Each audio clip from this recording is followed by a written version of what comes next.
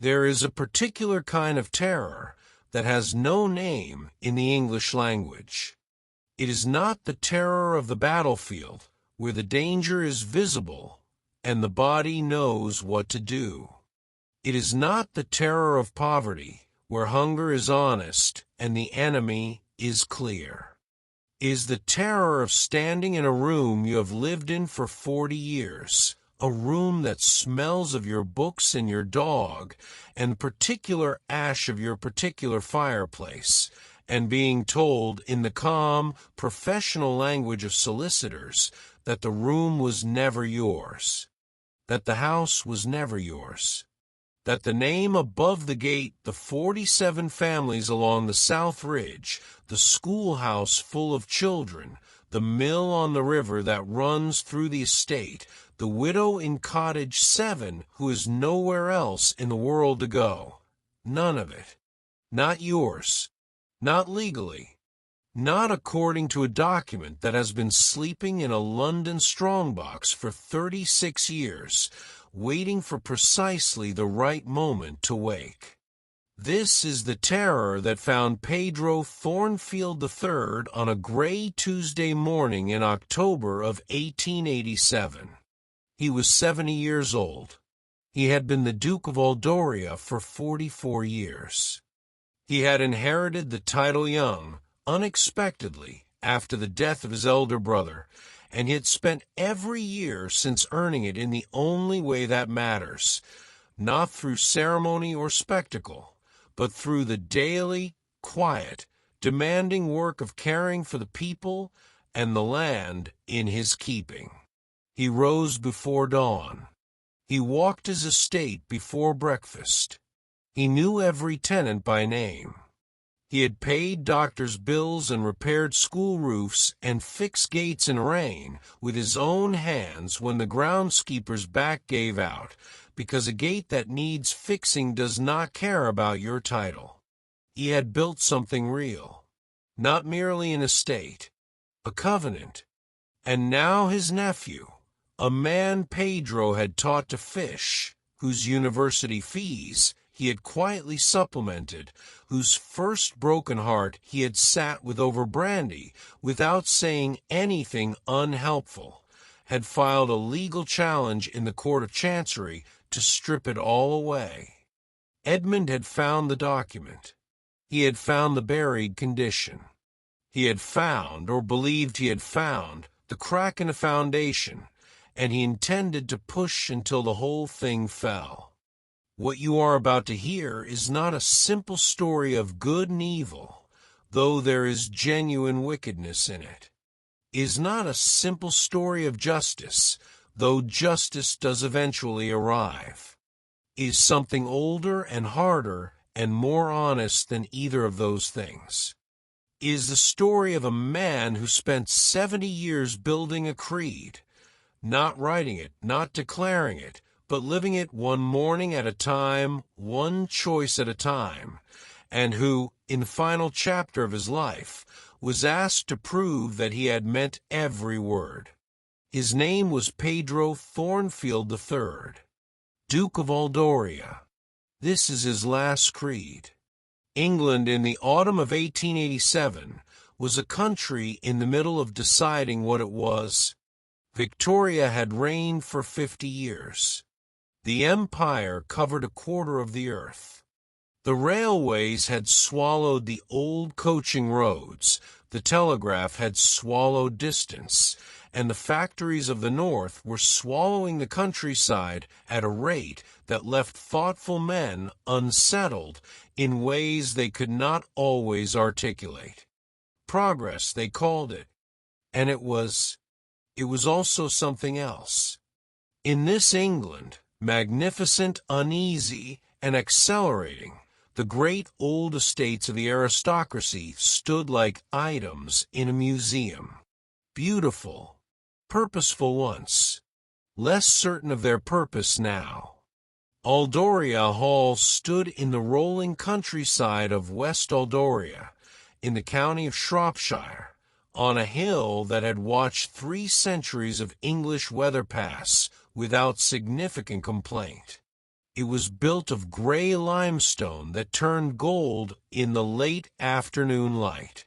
It had 14 chimneys, 42 rooms, a library that had been added by the first Duke in 1703, and a walled garden that in June produced roses of such extravagant quality that the head gardener, a taciturn Scotsman named McAllister, accepted compliments about them with an expression suggesting they were slightly overdue.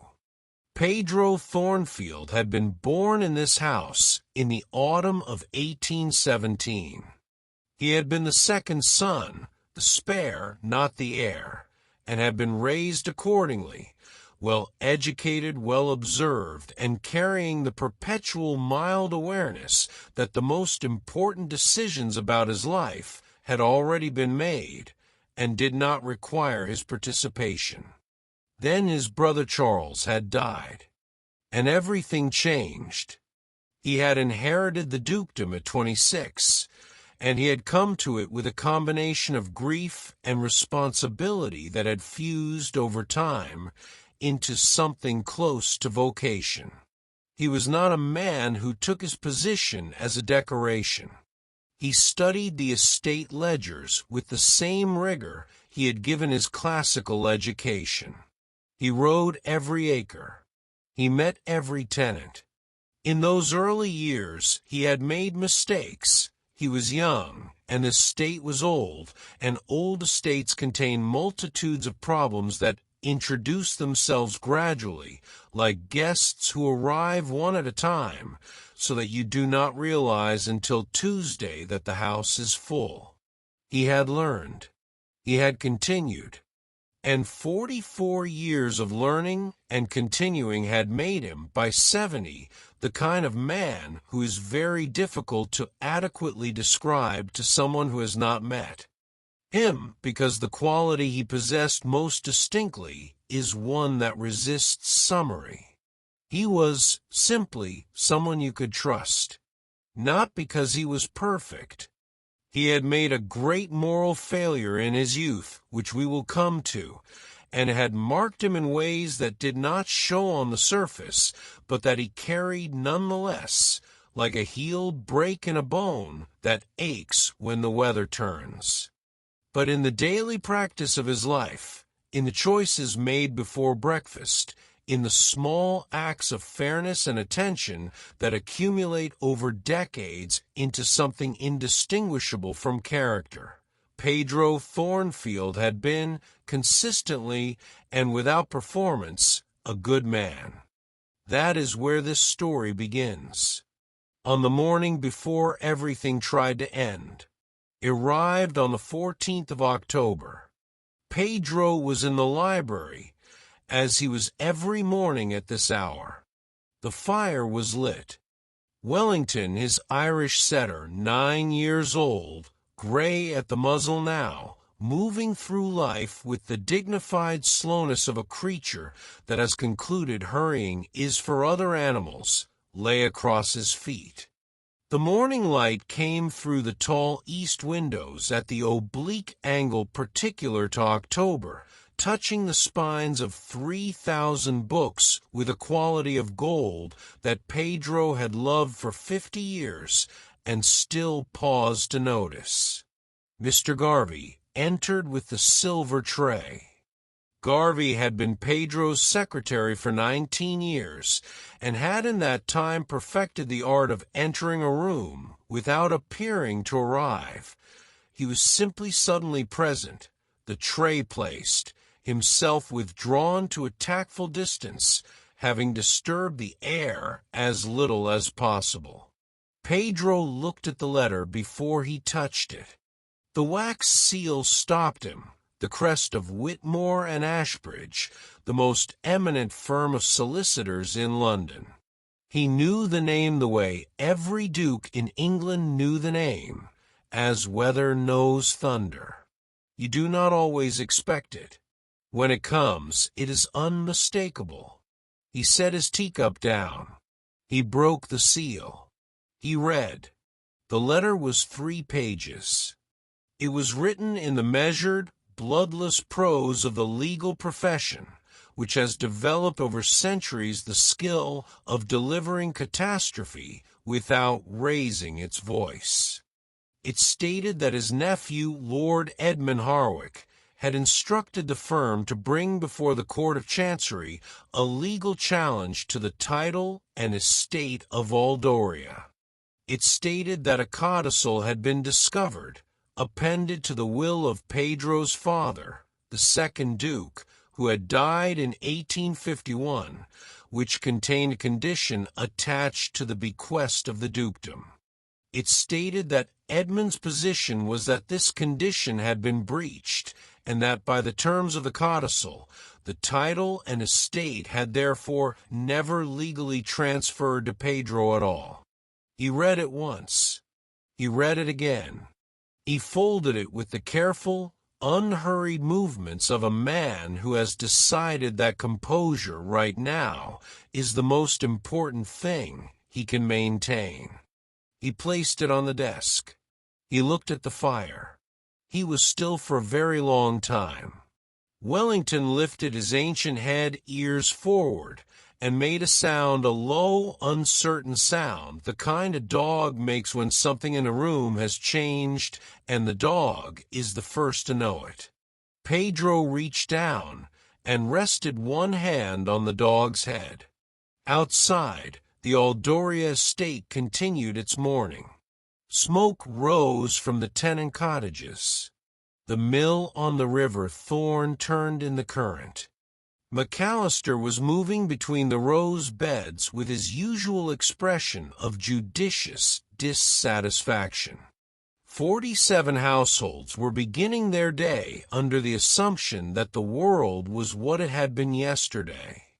Inside the library, the Duke of Aldoria sat with a letter in his hand and understood, with perfect clarity, that he was in the fight of his life, and that his nephew had been preparing it for years. Lord Edmund Harwick was 42 years old, Oxford educated, and possessed of the kind of intelligence that expresses itself primarily as the identification of advantage. He dressed well. He spoke well. He had, in social situations, a gift for finding the frequency on which each individual most wished to be heard and broadcasting back to them a flattering version of themselves. People enjoyed his company enormously for short periods and felt, afterwards, a faint unease they could rarely explain. Pedro had known him since Edmund was an infant in his mother's arms. Constance, Pedro's younger sister, warm-hearted and too briefly in the world, had died of a fever in 1871, and Edmund had been 26, already at Oxford, already forming. Pedro had maintained a relationship with the care of a man who understood that his sister's son was also his sister's continuation, and that affection is sometimes a discipline as much as a feeling. He had taught Edmund to fish in the river Thorn at the age of 7. He remembered the boy's frustration when the line snagged and the absolute incandescent joy when the first trout came up silver and thrashing in the autumn light. He remembered thinking, there is something real in him, something that can be reached. 3 years ago, Edmund had visited Aldoria Hall for a week in August. They had played chess in the library every evening.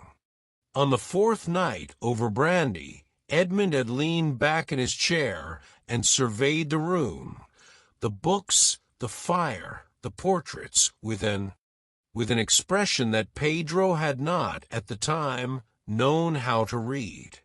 Pedro had been quiet for a moment. Then he had moved his bishop across the board and taken Edmund's rook. Aldoria is not an asset, Edmund, is an obligation. There is a difference. Edmund had smiled, that slightly too early smile.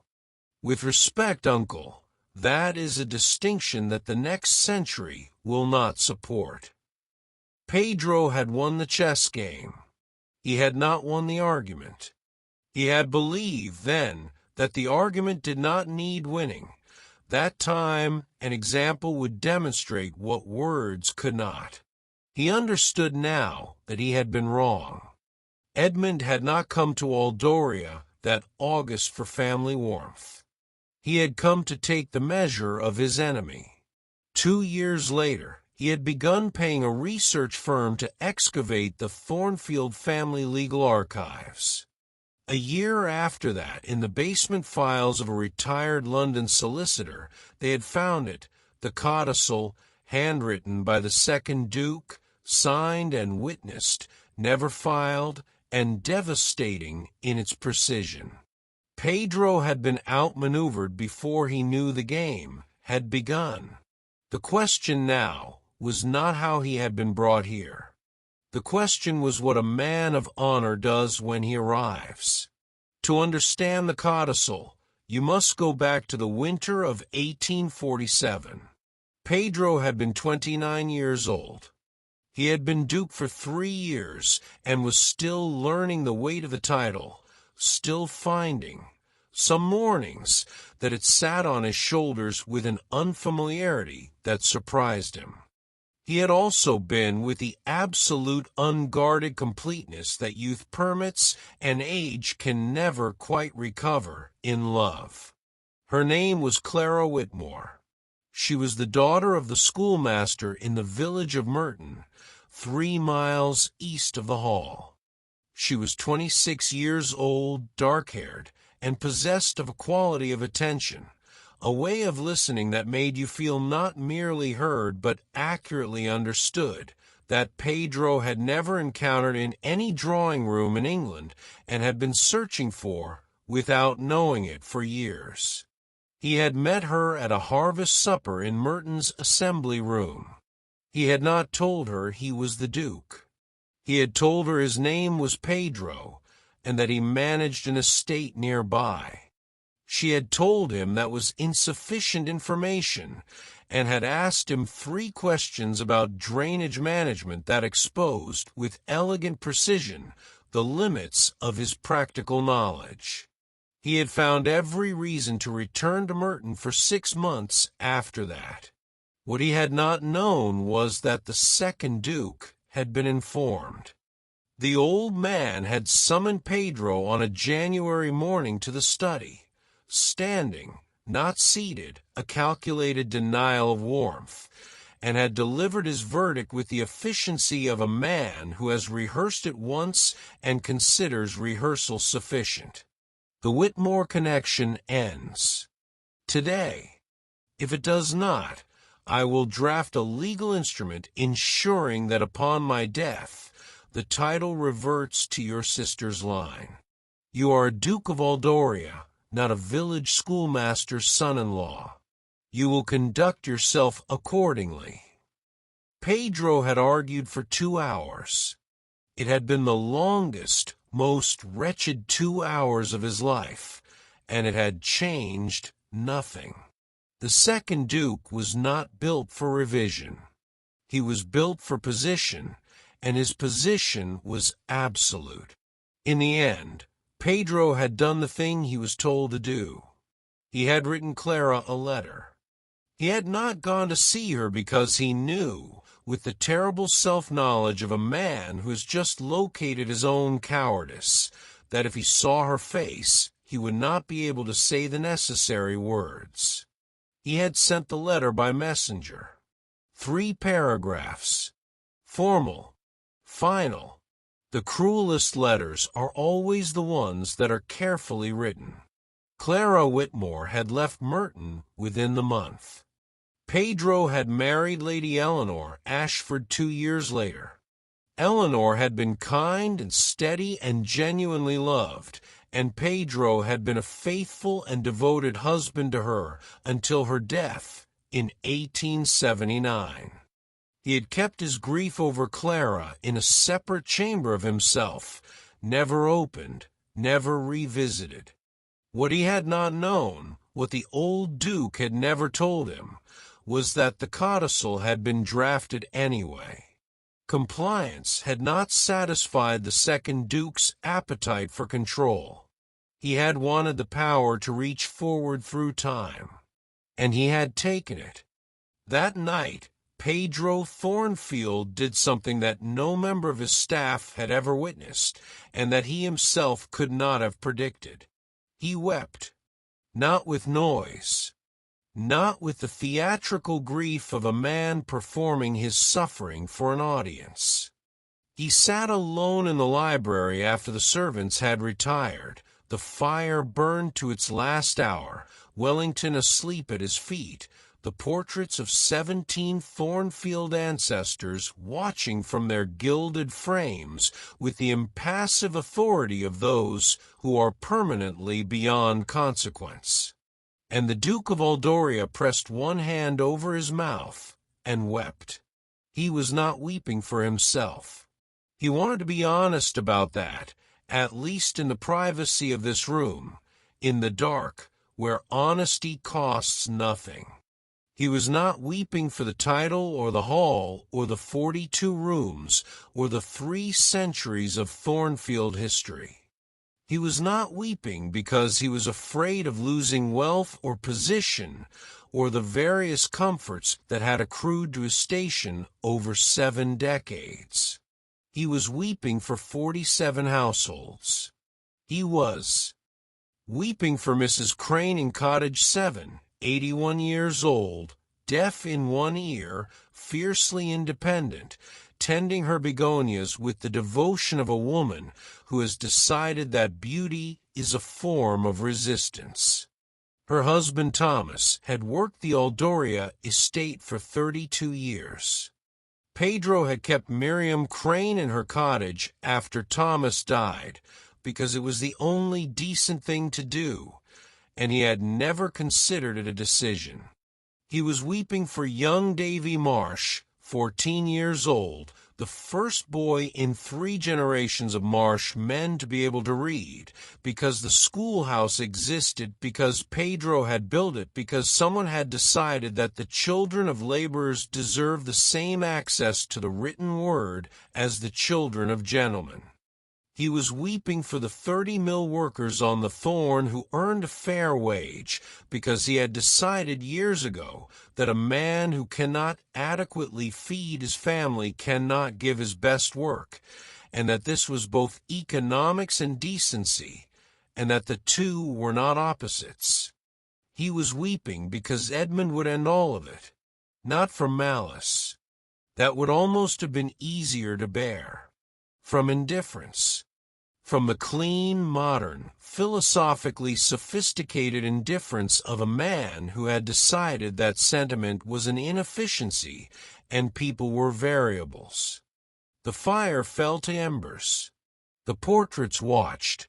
Wellington dreamed whatever a 9-year-old Irish setter dreams, rabbits, probably, or the memory of running. After a long time, Pedro straightened. He dried his face with his sleeve, not his handkerchief, his sleeve, which would have horrified his valet, and which felt, in this moment, correct. He looked at the fire. He looked at the portraits. Then he looked at the letter, still face down on the desk, where he had placed it that morning. He had been afraid. He was still afraid. But underneath the fear was something older and more durable, the trained instinct of a man who had spent 44 years moving toward what was right rather than what was safe. Right then, he said quietly to no one at all. Right then. The following morning, Pedro Thornfield walked to the village schoolhouse. He did not send for his London solicitor. He did not telegraph his barrister. He did not summon his estate manager for a conference, or ask his secretary to begin the preparatory correspondence that a legal challenge of this magnitude would require. He simply put on his coat and hat, walked past Mr. Garvey, who was standing in the hall corridor holding a prepared telegraph with the expression of a man watching something he cannot prevent, and went out into the October morning. The schoolhouse was a stone building at the east edge of Aldoria village, behind a low wall, and a horse-chestnut tree that had turned this week into something magnificent. Pedro had built it in 1869 on land purchased from his own income rather than this state account, because he had wanted it to belong to the community in a way that outlasted any particular duke's tenure. The schoolmistress was Agnes Pryor. She was 35, practical, and possessed of a quality Pedro considered the rarest in any person across any class or century. She told the truth without using it as a weapon. 3 years ago, she had come to the hall with a sheaf of maintenance records and the calm, direct assertion that the schoolhouse roof would not survive another winter. She had not apologized for saying so. She had brought the evidence and trusted that evidence was sufficient. Pedro had repaired the roof in a fortnight. He found her at her desk, marking the morning's arithmetic exercises. The 32 children of her class had been released into the October air, and the room was quiet. She looked up when the Duke entered and rose, with the unhurried composure of someone who is accustomed to unexpected things. "Your Grace." "Sit, please," Pedro said. "I need to speak with someone who has no stake in my answer." He took the small chair across from her, a child's chair, built for 8-year-olds, and told her everything. The letter, the codicil, Edmund, the legal challenge, the condition in the old Duke's document, Clara Whitmore, the winter of 1847, and the 3-paragraph letter that had ended it. Agnes Pryor listened without interruption. She held a pen throughout, turning it in her fingers, not from agitation, but from thought. When he finished, the room was quiet except for the horse-chestnut tree moving in the wind. "The legal question I cannot help you with," she said at last. "That is for barristers. But you did not come here for legal advice." She set down the pen. "You came because you already know the answer to the real question, and you needed someone to say it plainly." Pedro looked at her steadily. "The real question is not whether you can win. It is who you will be while you fight. Will you fight from fear of losing what is yours? Or will you fight from duty to the people who depend on you? Because those are different fights, and only one of them is worth having." A long silence. "I built this estate on a creed," Pedro said quietly. "That power is not ownership. It is responsibility. Then you already know what to do." He walked home in the rain. "Prepare the carriage," he told Mr. Garvey, stepping through the door. "I am going to London." The proceedings before. The Court of Chancery began in November of 1887. The courtroom was a chamber of dark oak and cold authority, high ceilings, long benches, the particular smell of old paper and older judgments. It was a room designed to make everything feel permanent, which Pedro supposed was the point. Permanence in the law is the whole argument. Edmund arrived on the first morning in a coat of midnight blue, his legal team arrayed behind him like a formation. 3 senior barristers from Lincoln's Inn, a phalanx of clerks, and the representative of Whitmore and Ashbridge, a thin, precise man who moved through the gallery as though calculating the square footage. Pedro arrived with Mr. Aldous Brent, his solicitor of 11 years, and his son Richard, who had come down from Edinburgh without being asked, arriving at the hall door the night before with one traveling case and no explanation beyond the expression of a man who considers the matter settled. Richard was 41. He had his father's jaw and his mother's eyes, and the good sense to be exactly what was needed without requiring direction. The codicil was read aloud on the fourth day. Pedro listened to his father's words, written 40 years ago in the careful hand of a man who never doubted his own authority and felt the old familiar weight of them. The condition was explicit. The breach was defined. Edmund's barristers argued their case with the measured confidence of men who believe the documents are in their favor, which they were, technically, and for the moment. Then Sir Thomas Vale rose. Vale was Pedro's barrister, 60 years old, large in every dimension, and possessed of a voice that treated every courtroom as an instrument he had personally tuned. He had defended 3 dukes and a bishop in his career, and approached the bench with the manner of a man returning to a room he owns. He attacked on 3 fronts. First, the codicil had never been filed with the principal probate registry at the time of the second duke's death in 1851. Under the Wills Act of 1837, an unregistered testamentary instrument introduced 36 years after the testator's death occupied deeply contested legal ground. Second, the condition in the codicil had been directly and personally enforced by the man who wrote it. The second duke had compelled his son to break the relationship with Clara Whitmore. A testator could not draft a forfeiture condition and then personally ensure its satisfaction. The legal absurdity of this, Vale explained, was absolute. Third, 44 years of uncontested, publicly documented stewardship of Aldoria constituted an equitable case that no court of conscience could dismiss in favor of a document retrieved under circumstances that were, Vale set the word down carefully, convenient. The gallery stirred.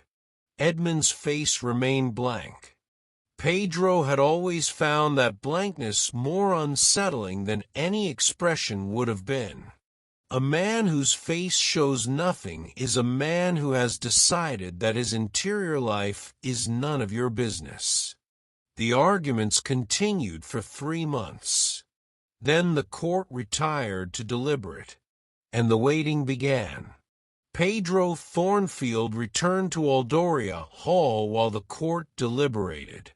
His solicitor had argued against it. Richard had argued against it. His London club had a perfectly adequate set of rooms, and proximity to the court would allow him to receive the verdict more quickly. Every practical argument pointed toward remaining in the city. Pedro thanked them all and went home. What he could not adequately explain to lawyers who deal by profession with arguments that can be made and won was that the most truthful thing he could do while the court decided whether Aldoria was his was to behave as though it unquestionably was. Not from denial, not from false confidence, but from principle. A man who genuinely believes himself a guardian does not abandon his post because his tenure is under review. He rose at 5:30. He walked the estate. He visited Mrs. Crane in Cottage 7 and drank her terrible tea. She made it with twice the leaves and half the water of any reasonable human being, and it tasted like something a Victorian physician might prescribe with a straight face.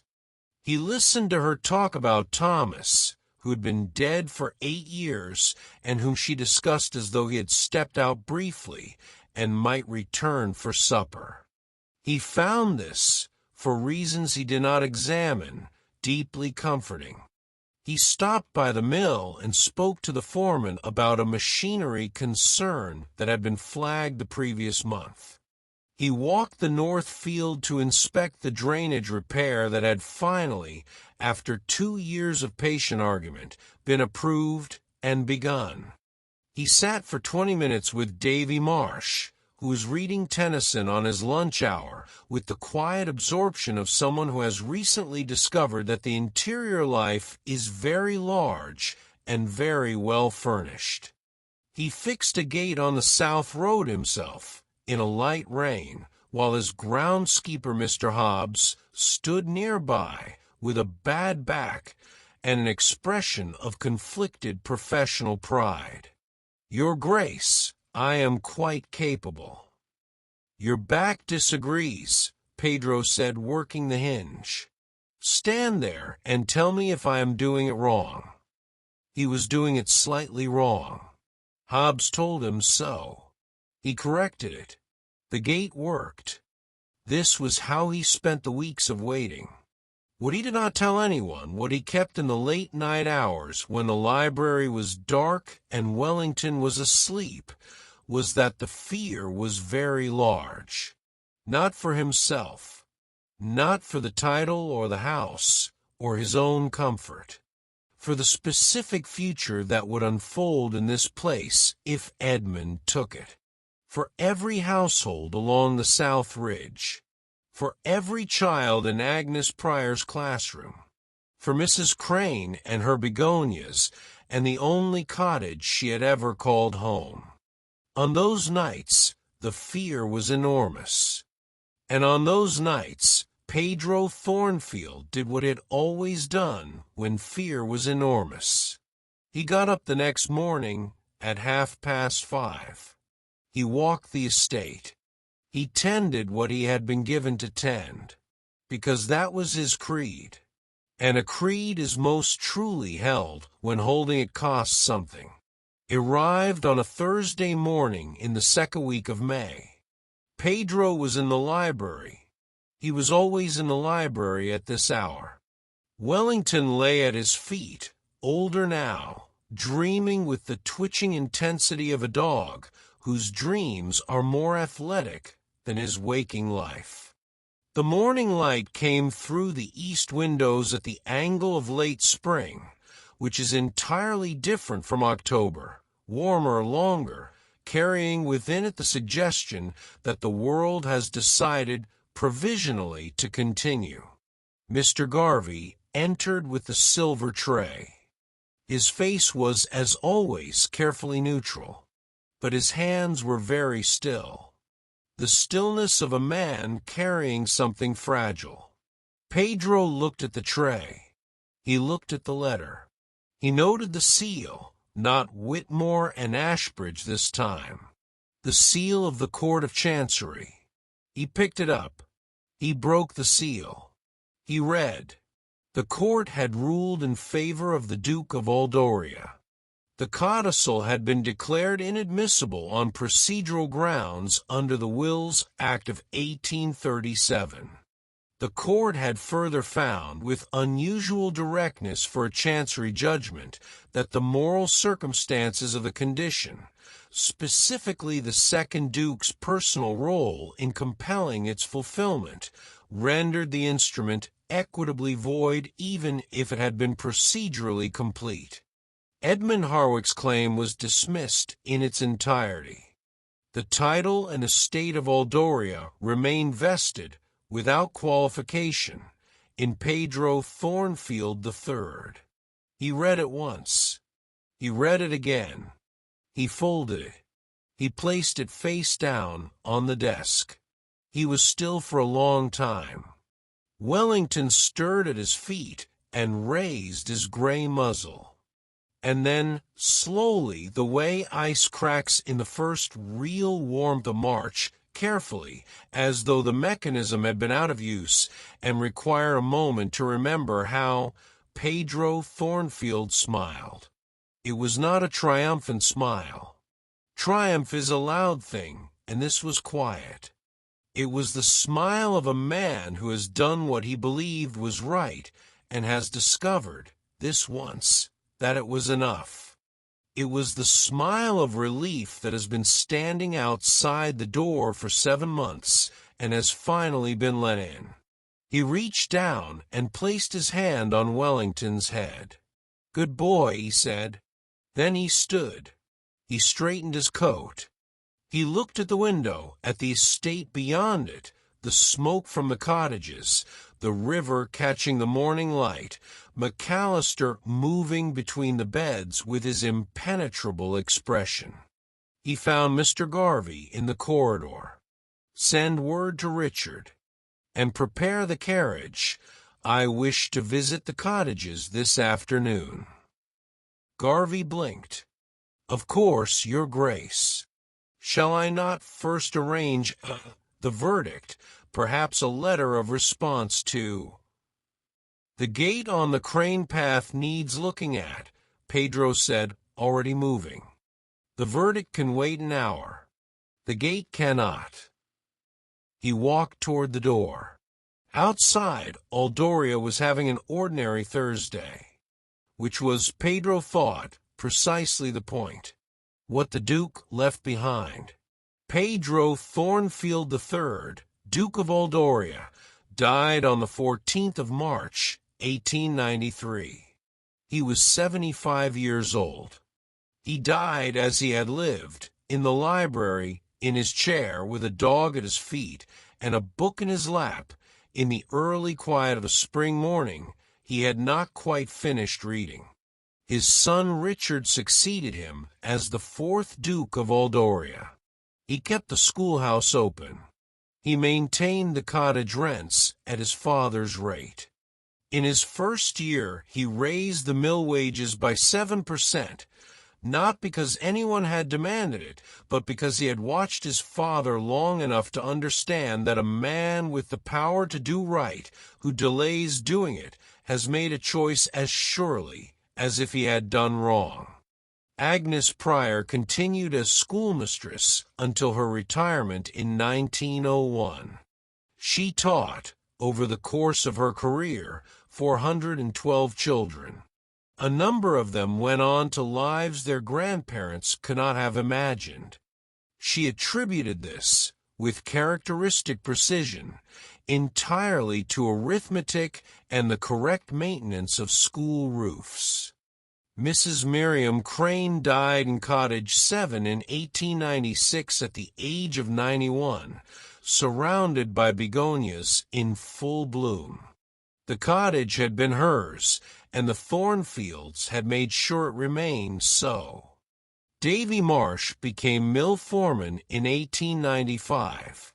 He married a woman from the next county who also read poetry.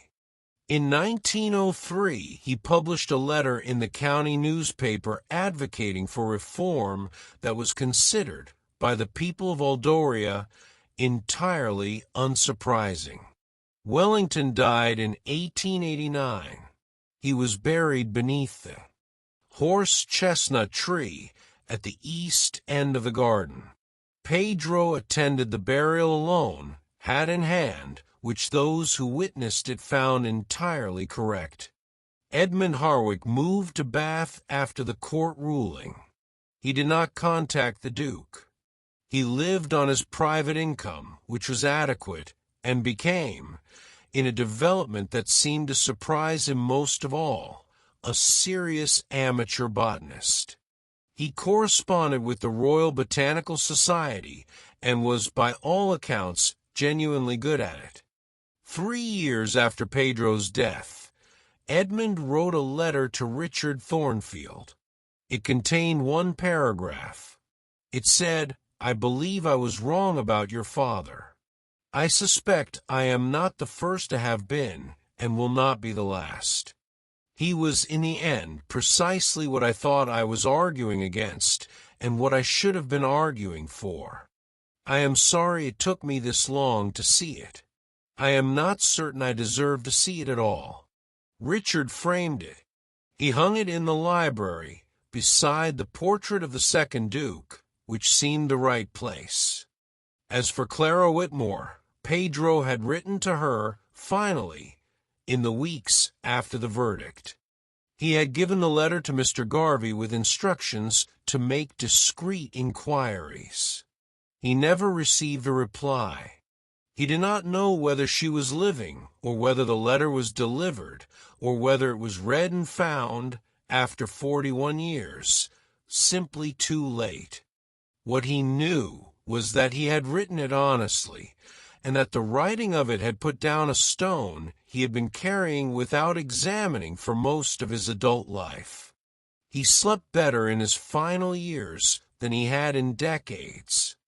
That perhaps is the last thing worth knowing about Pedro Thornfield. That in the end he told the truth. And the truth, even when it arrived too late to fix anything, turned out to be enough.